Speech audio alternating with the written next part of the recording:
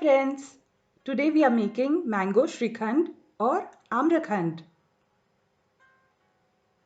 First we'll take 500 grams of homemade fresh curd or full fat yogurt. Drain the excess whey from it with the help of a cotton cloth.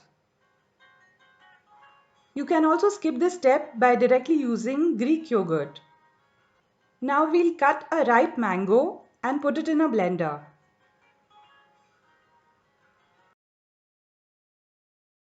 Add 5 tablespoons of sugar to it and blend it into a smooth puree.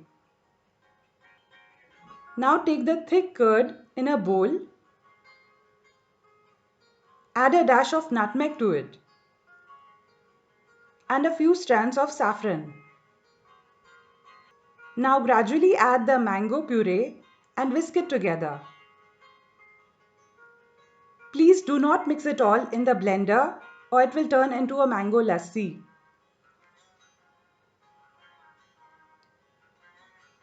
Our mango shrikhand is ready.